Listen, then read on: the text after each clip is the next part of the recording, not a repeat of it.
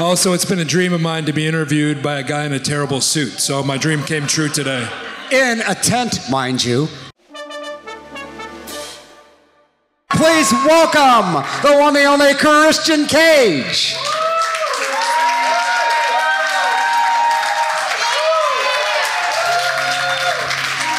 There you go. Grab a seat. Yeah. Thanks for coming out. I'd say it's great to be here, but I'm in Pittsburgh, so it's not that great. Also, it's been a dream of mine to be interviewed by a guy in a terrible suit, so my dream came true today. In a tent, mind you. What's that? In a tent. In a tent, right. All right.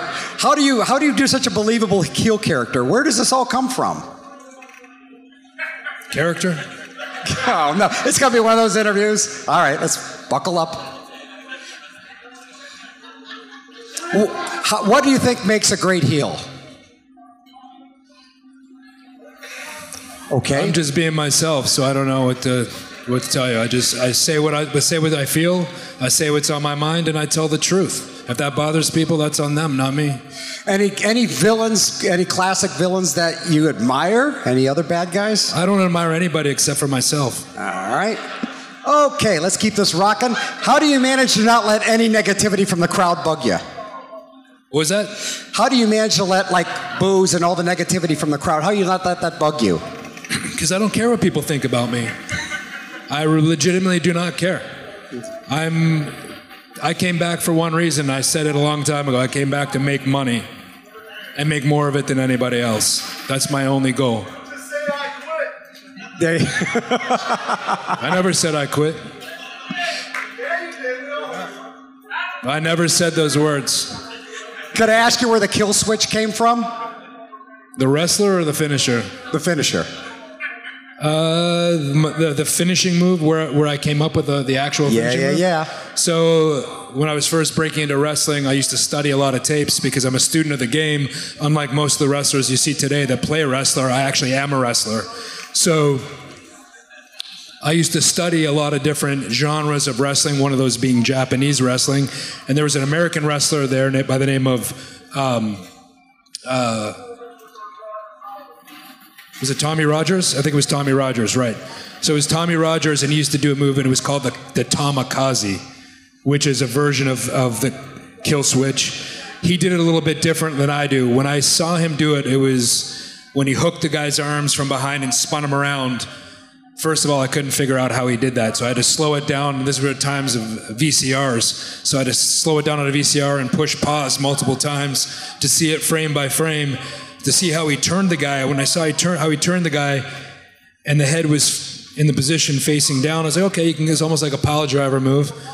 Can be devastating, can be something that I can actually apply to any wrestler, no matter what size they are, which is also important as a finisher, in my opinion. And but he ran with it. He used to run 2 or 3 steps and run and jump with it. And when I looked at it, I felt like that took something away from the move. I thought it'd be more devastating if you turn somebody in that position and just drop them straight on their head. So that's my version of it, and I think it served me well. We're going to get to their questions in a minute, but I got to ask you one more, and that is, you wrestled internationally, so are crowds different in different countries, how they react to wrestling? Well, yeah, they obviously react different ways. A lot of these countries, they're not as spoiled as they are in North America, where a lot of the shows go to the same cities multiple times a year. Sometimes it's once a year, maybe once every other year. So yeah, a lot of times when you go to these different places, they're very excited that you're there. Let's get to your questions. We got one right over there. Christian, both your TNA run and your AEW run have been successful. Are you enjoying this run more than your TNA run, or are they comparable since both of them are wildly successful post-WWE? I mean, I've enjoyed all my runs. I would say, yeah, at 50 years old, I'm the best wrestler in the world, and I don't think that's debatable at all. So I'm definitely the best on the microphone. I'm the best in the ring, bell to bell. No one can touch me. So, I would say this is probably the greatest run of my career. Nice. Next one. Serious question, Christian. Are you ever going to team up with your brother? Is that a serious question? Why would I team up with that asshole? I just beat the shit out of him for 6 months straight. Now I'm going to team up with him? No. I'm done carrying him. He's a loser. Let's keep these questions going. Who's the next? There you go, right over there. Oh, it's coming up. That's nice of you. So Luchasaurus is a pretty big, athletic guy. He's very popular, great at what he does. So are you going to stop ruining his career, or are you going to keep doing this to him? I'll answer your question when you refer to him by his real name. He needs the mic. So Killswitch, you kind of ruined his career at this point in AEW. Everybody liked him. And now, I mean, he's kind of just, I don't know, a loser. I don't know how you just do this to everybody. He's part of the hottest faction in the entire industry. How is that? How is that ruining his career? What's that?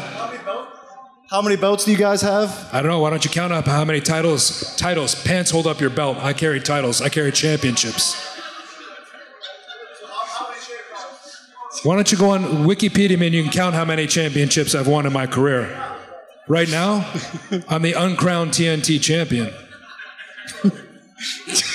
Let me ask you a question. How many titles do you have? How many titles have you ever won? How many pay-per-views have you ever main evented? How many autographs have you ever signed? Sit down. Come give me your money after at the table. I'll take it. Oh man. All right, next victim. Next question. All right. Is that Ric Flair? All right, but no, it's not. He doesn't have any gold chains on or. Go ahead. But my question to you is, and I know it's gonna be hard because you are the greatest, and I'll say it, you're better than Adam Copeland. Go Cope, everybody. But who would be your dream opponent out of any time, any era? I should be people's dream opponent, don't you think? I don't have a dream opponent. I'm sure people are dreaming about stepping in the ring with me, though. Okay. And a hush falls over the crowd. Let's see some hands. Come on, don't be afraid. Yes, be afraid, but ask a question anyhow. Right in the back. There you go. There. He's a Jedi. He's not supposed to be afraid. All right, my question is, what do you think about the backstage brawl between CM Punk and Jack Perry? I think I'm an adult and I don't feed internet rumors. All right. There we go. A bit of a funny question, but if someone ever asked you to punch them in the face and they would pay you, would you do it? Depends on how much money it was for. Another question for you. How does it feel that your brother's getting more attention than you are? Is he? Is he? I don't know. All I'm hearing is that I'm the best thing in AEW, so I don't know how that's outshining me. And I keep hearing it because it's the truth. I am. And if you think that I'm not, it's because you're jealous of me. All right, let's squeak a few more out. Come on, next victim. Come on. Come on. Oh, right down front. There you go. He can pick on the old guy. One there. Of all the guys that you have that's under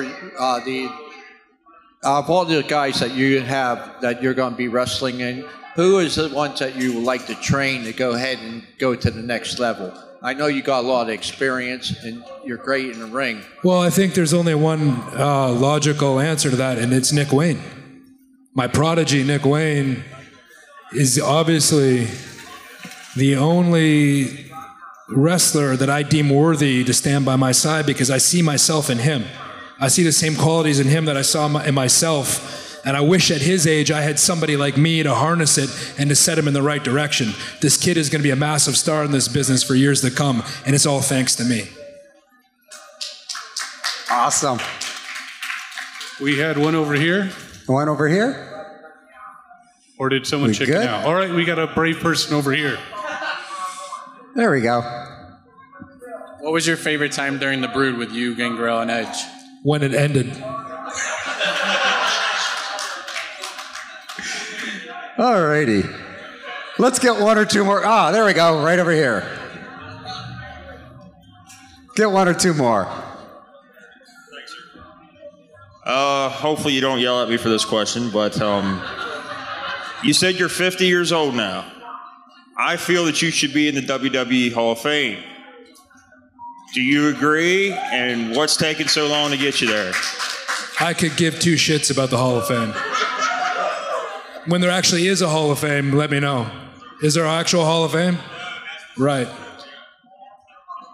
There we go. We got two more, then we'll call it a day.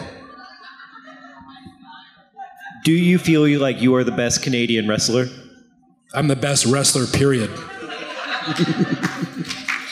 Back there. All right, and I think we have another one over there, too. Yeah, what the hell?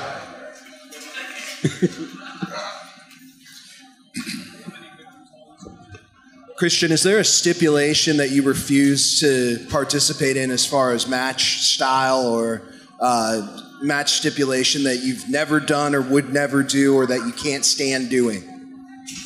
Yeah, those, what are they, those garbage, what are they?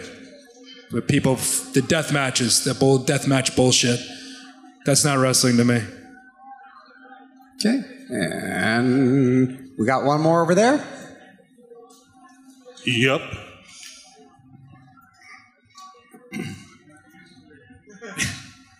Will you be my new father? I know you're a little bit ugly. You're ugly too.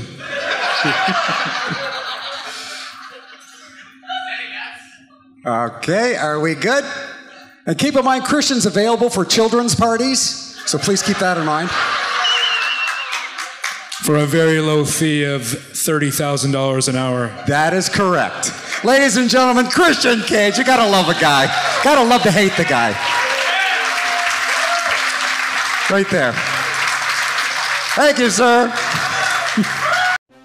I go where I wanna go, and I watch what I wanna watch, which is Fandom Spotlight. You should watch more. Have fun and follow your fandom, bub.